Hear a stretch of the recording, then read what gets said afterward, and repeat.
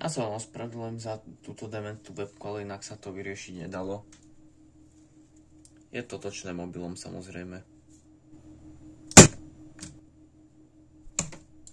Takže by sme si mohli zrecenzovať konečne myš Connect IT Battle Air Pro a dôvod, prečo som ju nejako si vyradil z provozu.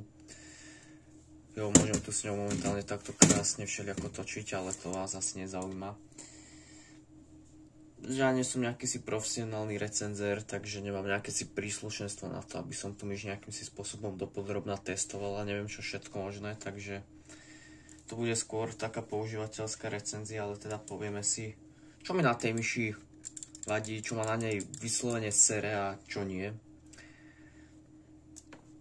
Začneme ako si USB konektorom, pôjdeme tak nejako si od konca a tento tu konektor nečakane slúži k pripojení myši. A je tak trochu pozlatený, čo ste si asi všimli. Jo, krásne odráža to svetlo, kámo, priamo nádherne. No a to by malo údajne zlepšovať prenos dát, ale nejako si, že by som cítil rozdiel, tak ani ne. Je to samozrejme klasický dvojkový A konektor, takže ako nič majestátne, je také ako proste klasický konektor, nie ani dlhý, ani krátky, ani nič, proste.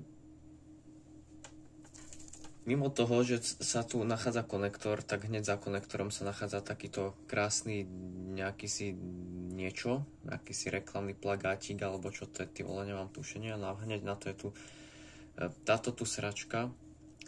Trochu to spôsobuje horšiu manipuláciu s káblom, takže keď ten kábel chcete proste chytiť a niekam takto hodiť a niekam za stôl ho dať, tak sa vám tam horšie zmestí práve kvôli týmto veciam, ale nejakým si spôsobom sa to prežiť dá. No a následne sa tu ešte na kábli nachádza posledné príslušenstvo a to je takýto suchý zips, ktorý slúži k tomu, aby ste si tam ten kábel mohli vlastne stočiť a nemuseli ste si ho nejakým si spôsobom, aby ste si ten kábel mohli upratať. No samozrejme ono sa to tu dá odopnúť z toho kábla, ale kam by som si to dal inám, že áno. Čo sa týka kábla, tak ten je, ako ste si všimli, pletený a jo, keby to zaostrilo, by to bolo super, kámo. Tak aspoň takto. A mimo toho, že parádne na ňom držia chlpy od mačiek, tak je strašne tenký vo vnútri. Jo, ono je to asi úplne nie najlepšie vidno, ale ono fakt ten kábel ako je strašne tenký vo vnútri a ten obal je taký dosť voľný, ale ku podivu sice ten kábel vyzerá, že nič nevydrží, ale ku podivu práve máte pocit, že máte skoro bezdrôtovú myš v ruke, čož bol asi typujem, že aj zámer a ten kábel už vydržal veľa, takže musím uznať, že kábel velice dobrý. Kábel má mimochodom 1,80 m, myslím. Asi jo. No a do myši ten kábel samozrejme už vstupuje s takouto výstužou, alebo jak sa to nazýva. No a potom tu máme už teda tú samotnú myš. Jo, ja mi to zaostrilo, paráda, ty vole. No, myš teda by mala vážiť, tuším, 69 gramov. Po boku tutok by malo byť nápis Connect IT a tutok logo Battle Series, ktoré tam ešte ako tak je, paráda, a akurát tutok to už nie je skoro vôbec vidno. A je veľkosť L, čož už mne tak trochu, ma to tak trošička sere, pretože moje ruky sú takže veľkosťou niekde na rozmedzi S a M by to malo byť, alebo tak nejak, neviem teraz presne, aké sú tie nejaké si periférie, ty vole, nejaké si tie pravidlá, ale úplne mi proste veľkostne tá myš nevyhovuje a to je taktiež jeden z dôvodov, prečo tú myš už nepoužívam, ale samozrejme to, akú veľkú máte vy paprču, ja nejako si spôsobom už neovplyvním ani výrobcovia tej myši, takže ja som mal vždy malé paprčky, takže žiaľ, s tým proste treba počítať hold. Čo sa týka tvaru, tak ten je mierne ergonomický, máte tu takéto krásne prehlbenia na vaše prsty No a pokiaľ nie ste úplne niekde, že žijete pod kameňom, tak vám asi došlo, že sa to celkom dosť podobá na Glorious model, tak áno, tá myš vyslovene chce byť Gloriouskou a tá firma vyslovene chcela vyrobiť low budget Gloriousku, takže že vám to pripomína, to nie je len tak náhoda. Ako ste si všimli, tak tá myš je samozrejme dierovaná. Tie diery sú tutok pri koreňoch, teda neviem, či sa to dá nazývať úplne koreňov, ty vole, keď toto nie je úplne asi biológia, ale to nevadí. Tutok vlastne pri ľavom a pravom tlačítku myši, potom na chrbáte a následne na celom spodku myši. Tak jo, a môžeme pokračovať. Pokračoval by som asi podsvietením, čož samozrejme určite každého trápi, aby myš bola podsvietená, že áno. Samozrejme teda ste si už asi všimli, čo tu je podsvietené, takže je to LED prúžok, ktorý je dookola spodnej časti myši. A potom je to logo, ktoré je samozrejme tu vo vnútri a koliesko na myši. Tých lediek je tu dokopy dokopy asi 14, ty vole. Počkaj, vole, to aj v aplikácii, vidíš to? No a kámo, ja som to napočítal dobre, tých lediek je tu teda 7 na každej strane, no a potom ešte tým pádom je tu dokopy proste 14, ty vole. Podsvietenie, akým spôsobom funguje. Logo a koliesko myši sa vám mení v závislosti na DPI. Samozrejme, to tlačítko na DPI je tu cyklusové, čiže samozrejme vám to iba to DPI beha dookola. To, akými farbami a aké DPI si samozrejme všetko môžete nastaviť a samozrejme aj koľko úrovní DPI. Jo, ja tu mám nastavené maximálne úrovne DPI, najviac koľko sa dá a to neviem koľko je, lebo som to nepočítal. A tento tu prúžok, tak ten sa dá nastaviť chlapci naozaj akože veľmi rôznorodo. Samozrejme, pokiaľ si nastavíte, ja neviem, každú ledku si môžete nastaviť farbou zvlášť nejako, aby svietila stálo konštantne.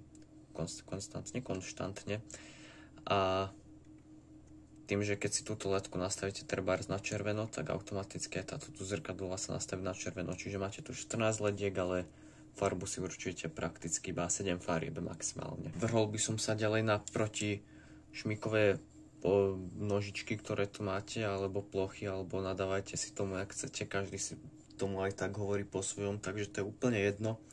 Tieto sú 4, sú z čierneho teflonu a sú v rohoch myši. Ako ja nie som na to nejaký si odborník, ale tá myš klže pekne, čiže mňa akože to nejako si moc netrápi. Jo, dôležité, že si plnia svoju funkciu, takže ja sa o to viac nezaujímam. No a ďalej tu je asi to, čo každého z vás zaujíma najviac, a to sú tlačítka a senzory. A tu vás zastavím. Tlačítka myši, tu máme 6, v zátvorkách 7, lebo je tu ešte aj Pauling Grade tlačítko. No ale to ako nefunguje, jo? Ja neviem teda, aspoň mne to tak príde, že nefunguje a podľa aplikácie, ktorú táto myš má a kde si tiež môžete nastaviť Pauling Grade, tak tiež nefunguje. Čiže prečo tam je to tlačítko? Dobrá otázka. Prenastaviť sa jeho funkcia nedá, ale je tutok zo spodu a neklikáte si ho nechtiac, takže áno, je to proste tlačítko, dá sa to normálne stlačiť. Ďalšie tlačítka, ktoré samozrejme nečakane ste si všimli, že ktoré to sú, tak je práve ľavé koliesko, alebo teda stredné DPI tlačítko a dve bočné. Bočné sú teda z lesklého plastu, čo ste si všimli, čo je zmena oproti zvyšku myši. A koliesko myši je pogumované. Jo, to isté, aj toto je z lesklého plastu, jo, to je taký. No, ako keď už som zmienil tie bočné, tak aj to DPI by som mal zmeniť, že? No, pravé a ľavé tlačítka fungujú pomerne fascinujúco, dá sa na nich aj drag klikovať, aj butterfly klikovať, aj všetko možné. Ja na to nie som naozaj nejaký si frajer, čiže že by som nejako si to vedel a mimo hlavne teraz, keď nejakým si spôsobom ani nehrávam poriadne, tak už rozhodne nie, ale drag click som tu mal nejakých 33 cps a butterfly tiež nejakých 21, 22, niečo také debilného, takže dá sa s tým akože klikať pekne, len by to určite chcel trochu naučiť sa nebyť úplný retard ako ja. Akurát tam iš tým, že je ľahká, tak pri drag kliku sa vám tá, dobre, ale sa vám tam iš často posúva trochu, jo, takže to není úplne ako famózne. Potom je tu samozrejme koliesko myši, ktoré je ako sú špina, fuj, ktoré teda mimo toho, že sa dá točiť samozrejme, tak sa dá aj stlačiť. A to funguje úplne akože bezvadne, jo. Koliesko myši je akože fakt, že fantastické. Nie, že by ste od kolieska myši očakávali nejaké si veľké veci, jo. Proste dá sa s tým chodiť hore a dole, ale dá sa s tým chodiť úplne pekne plynulo. Jo, cítite proste, kedy sa to posunie a kedy nie. A dá sa to taktiež aj stlačať tak, aby ste to nestlačili nechtiac, ale zároveň sa to stlača veľmi dobre a to koliesko tam proste fakt drží veľmi solidne. Jo, čiže proste u každej myši, čo som tak nejako si videl, sa to koliesko proste trochu hýbe zľava doprava. Keby ho takto schmatnete a hýbete s ním. Tu ne, tu je to koliesko úplne proste upevnené, úplne proste perfektne. Sice je to nejako si úplne useless, ale je to tak. Potom tu sú tieto bočné tlačítka.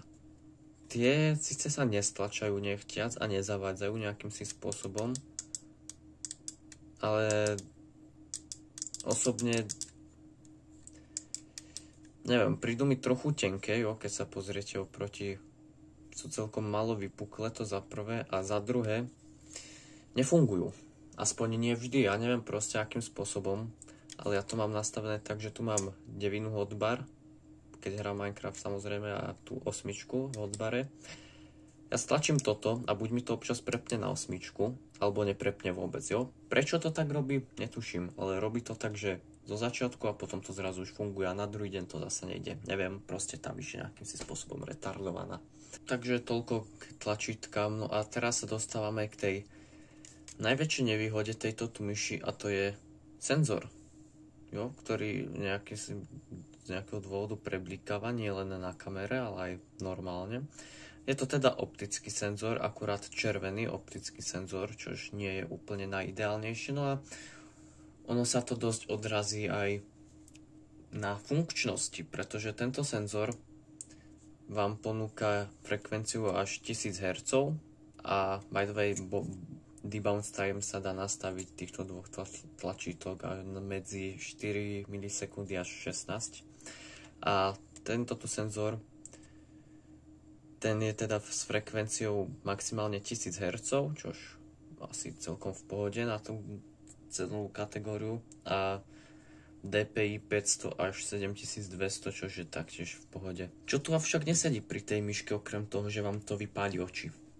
No, okrem toho, že si etnica minus, tak to je ešte ten problém, že ten senzor registruje strašne vysoko od podložky. Pomerne dosť vysoko od tej podložky. Keď tu myš mám nadvihnutú, tak stále to registruje. Čož je asi celkom len sila zvyku, ale nie je to úplne najlepšie. Ďalšia vec, ktorú som zaregistroval, je, že senzor proste len tak skape. Proste zhasne a myš nejde. No, ako klikáte, aj podsvietenie ide, ty vole, ale senzor ne. Senzor proste nereaguje, kurzor sa nehýbe a myš musíte prepojiť. A to najhoršie, čo by som o tom senzori povedal, je to, že vám to absolútne neregistruje rýchle fliky, ten senzor. Jo, teraz som stratil myš, jo. Toto už to absolútne neregistruje, čož není pritom ani nejaký si extrémne rýchly flik a dovolím si povedať, že mnoho ľudí určite nejakým si spôsobom takto tu myš používaná, nie bežne úplne, ale pri tom hraní je to proste potrebné v prípade, že hráte nejakú FPS hru a tým, že nemôžete rýchlo flikovať, tak to dokáže byť dosť značná nevýhoda. Ale potom je tu, tá myš si to kompenzuje ešte tým, že tá myš takto stojí na mieste a kurzor vám normálne takto preletí cez 5 obrazoviek, len tak random z ničoho nič. A to sa deje pomerne často, to sa deje, ja neviem, raz za pol hodinu, alebo také niečo, ten kurzor zrazu vám proste preletí len tak random cez celú obrazovku. Ako, neviem, proste čo to je za senzor, ty vole, ale zjedol by som ho najradšej a potom by som ho vyseral a potom by som ho splachol a už by som ho nikdy v živote najradšej neuvidel. Takže hodnotenie tejto tu myši nejakým si spôsobom, prečo som ju prestal používať, je práve hlavne kvôli tomu senzoru. Pretože ma to vážne už vytáčalo, keď som hral a random mi začal proste flikovať kurzor pred ksichtom, alebo hra proste som si zrazu zlomil väzy, lebo pozeral som sa rovno niekam a zrazu som sa pozeral o 180 stupňov inde, ty vole. Takže to ako ma sralo do dosť veľkej značnej miery. Ale inak tá myšľovnosť sama o sebe ako nie je zlá. Ak by vás v prípade nesralo ten senzor, tak seriózne je to proste dobrá myš, jo? A za tých 20 eur naozaj veľmi dobrá, ale aj kvôli tým bočným tlačítkam, aj kvôli tomu senzoru dať za to viac ako 20 eur neodporúčam proste. Vôbec. Kdeže? Takže túto myš som tak nejakým si spôsobom zahodil do prdele a opäť používam starú dobrú GES 102. Samozrejme táto myš má k sebe aj istý software, ktorý si môžete voľne dostupne stiahnuť. V tom softvéru máte naozaj dosť vecí. Môžete si tam urobiť profily, môžete si tie profily pomenovať, môžete si ich vytvoriť, zmazať, môžete si tam nastaviť to DPIčko, podsvietenie akože do Aleluja, nejaké parametre, ktoré ako senzitivita, neviem teda prečo tu je senzitivita, keď tá myš sa dá nastaviť na DPI, ale tak budíš. Scrolling speed, tu je double click speed, potom je tu samozrejme polling rate, debounce time, samozrejme tlačítka si tu môžete nakonfigurovať ako chcete, máte tu aj autoklik, máte tu aj, no autoklik vám asi úplne moc, keďže toho hru mám postavenú aj na, keďže tento kanál je postavený aj na Minecraftovom PvP, tak to by som vám úplne neodporúčal používať, ale tá možnosť tu je. Máte tu aj triple click, double click proste a fakt tých chujovín tu je aleluja proste, čo si môžete nastaviť, takže údajne to kopírovalo teda tú aplikáciu aj od Glorious, čož teda neviem, ja som tú Glorious aplikáciu nikdy v živote nevidel a rozhodne sa mi to ani nechce vyhľadávať a úprimne je mi to úplne uprdele. Ale môžete si tu s výnimkou polling rate tlačítka nastaviť úplne každé tlačítko ako chcete, takže prosím, môžete si tie tlačítka kľudne aj vymeniť ako, neviem, ty vole, robte si s tým, čo chcete. Takže to je pre tento nádherný kúsok všetko. Ja sa s vami lúčim a zdar.